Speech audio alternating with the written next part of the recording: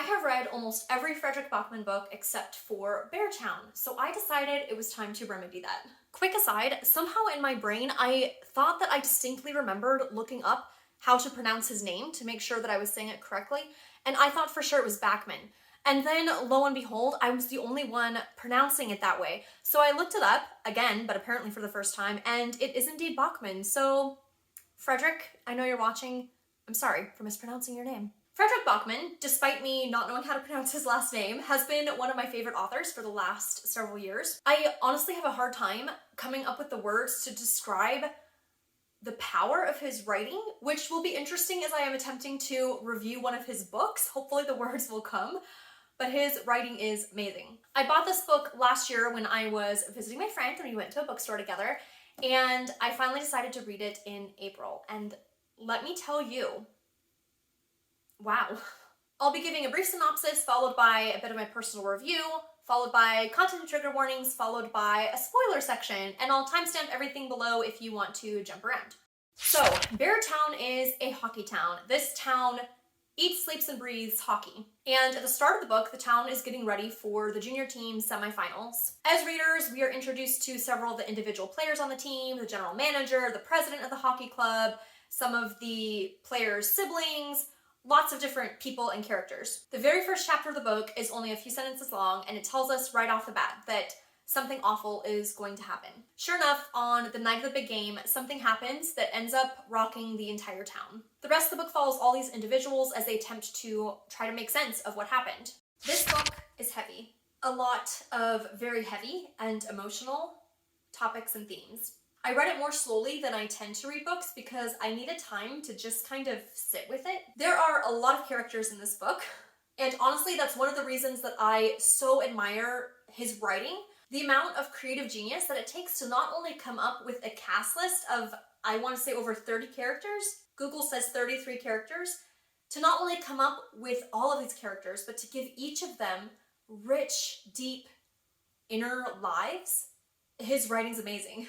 In the first half of the book, each character has different things that endear them to you. They have their own backstory, things that have happened to them, things that they're going through right now, things that you like, things that annoy you. They're humans, they're people. And yet you know from that very first chapter that something awful is going to happen to one of these characters, and one of these characters is going to be the perpetrator. I immediately really liked Peter and Kira and their story. Through their characters and their story, you can see so much of the rich and deep complexity that is being a parent. The love, the fear, the desire to take care of your children.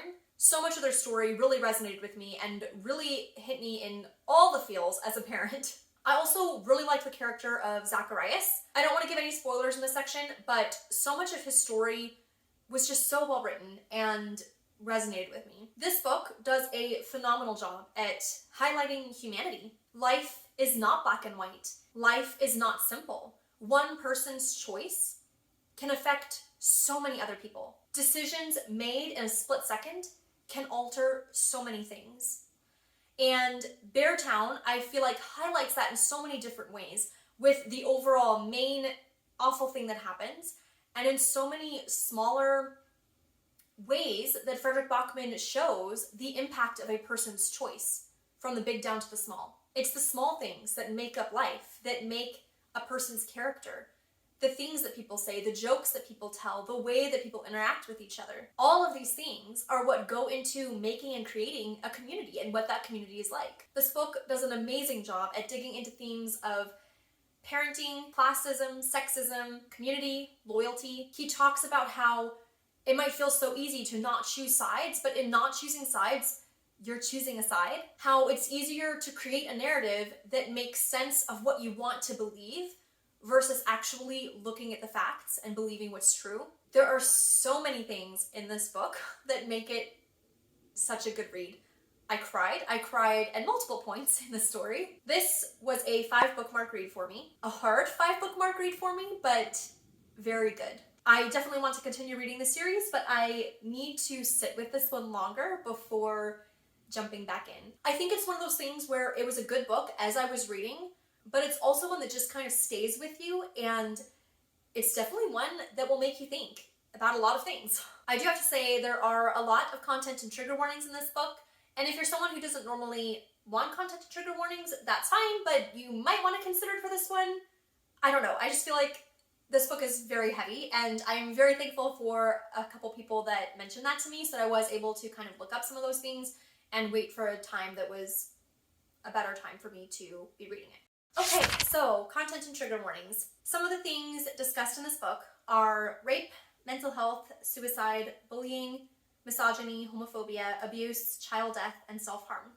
Oh, and I forgot to say there is also quite a bit of adult language. Okay, moving into a spoiler section, which when I was reading some of the quotes I wanted to share, I was already starting to cry again, so I'm not going to share all the quotes I originally was going to. First of all, I know I mentioned earlier that Zacharias is one of my favorite characters from the book.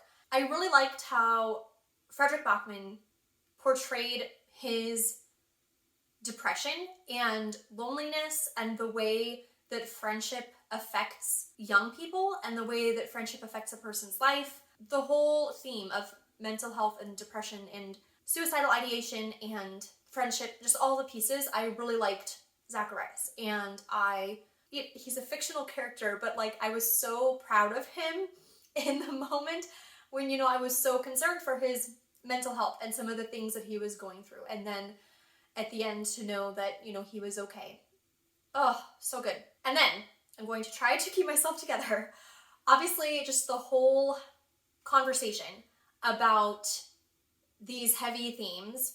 Backman did such a good job of portraying the difference in how Maya was treated versus how Kevin was treated. And it's the same thing that we hear, you know, in the real world today, in real stories when things happen.